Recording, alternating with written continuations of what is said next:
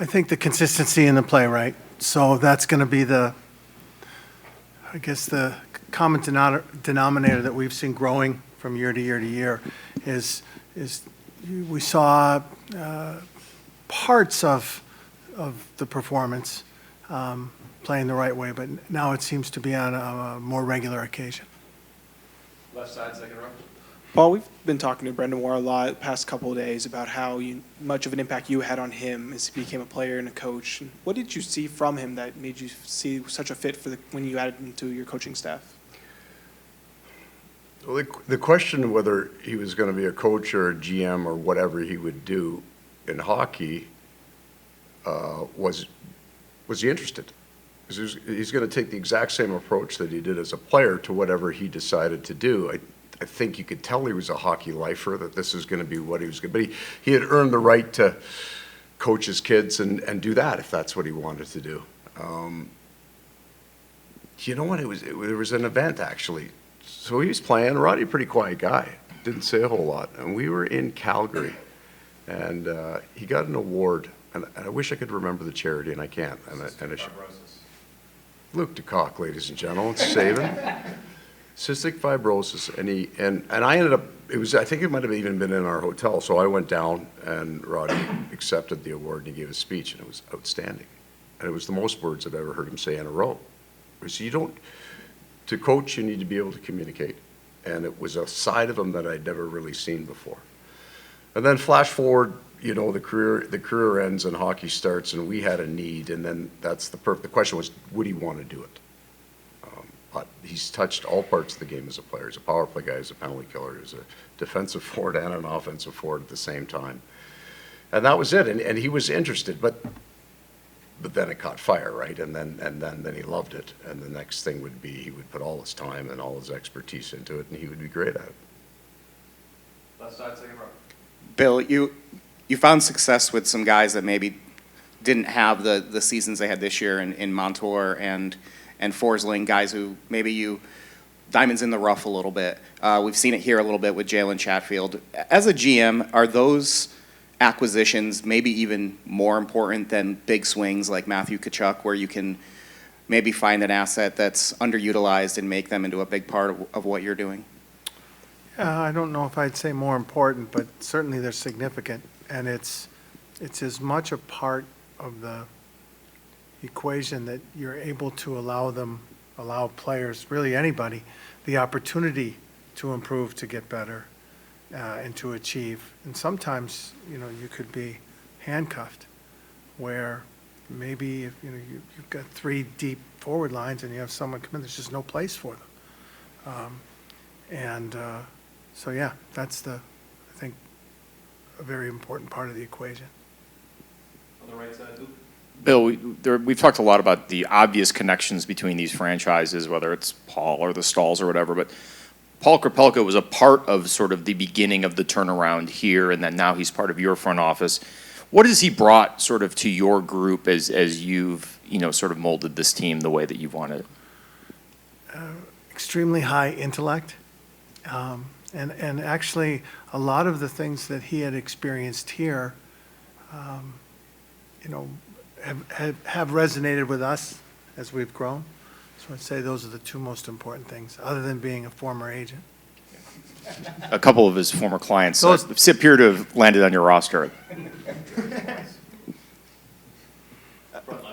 Bill, I asked Paul kind of some similar question yesterday. Just when you guys committed to changing the way you guys played at the start of the year, people talk about playing defense. You kind of envision one thing, right? Like slower pace, stuff like that. But you guys still play really fast, like still pretty exciting brand of hockey. I'm just kind of curious, when you have a team that plays one way, has a lot of strengths, and you want to switch everything, is this kind of how you always envisioned it? And do you think you've kind of found the blend of maybe one defensive style while still taking a lot of what you guys did well last year? I don't know if it's change it as much as it is harness it. Is that Sure.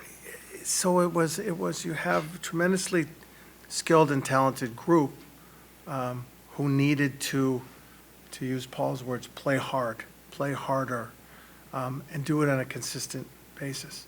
So instead of opening it up, maybe, this is an oversimplified version, right? Instead of opening it up over 200 feet, you tighten it up for 100 feet of it, and then the other 100, you can have a little more flexibility.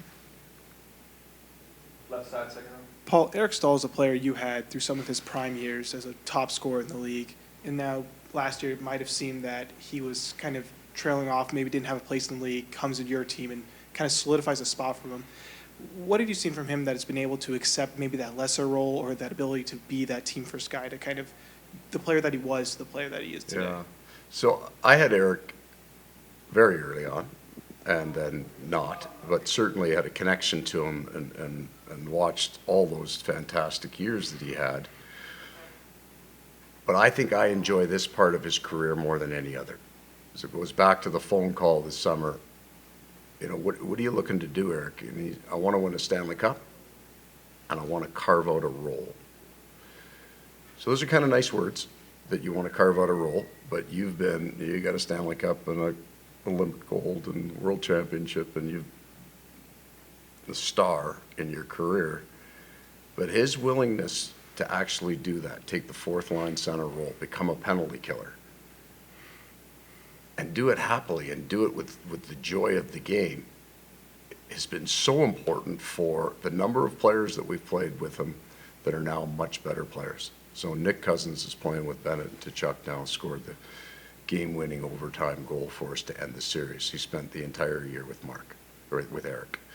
Ryan Lomberg, who was a player kind of in and out of the lineup, up until his injury was playing in our top 9. And he started early. All of that was with Eric, teaching them the game, the hard parts of the game. So what a great thing it is. So we've got Eric. We also have Patrick Hornquist, right? We have these 2 Stanley Cup champion veteran guys that are in there, and they are doing everything right. Every practice, they're not taking anything for granted. So there isn't a young guy in that room that has the right or would have the backbone to not go hard or not do the right thing around those 2 guys. He's brought this, that's almost childlike, isn't it? He's brought this youthful enthusiasm to our game as our oldest player. It's been fun to watch, really. Take one more question from Luke.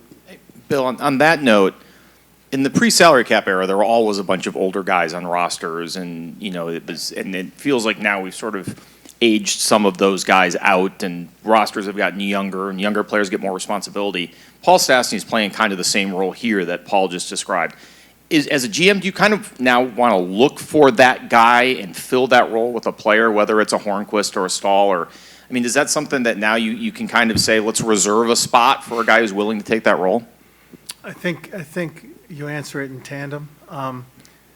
Yeah, you'd love to have a veteran presence. You'd love to have the high character experience.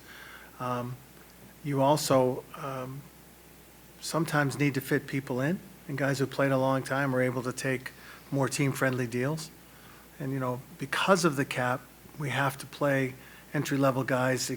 Their learning curve gets fast-forwarded so that you can have, $1 million and under in your lineup. So it's a little bit of a tandem answer, but certainly the experience, the character is it's invaluable.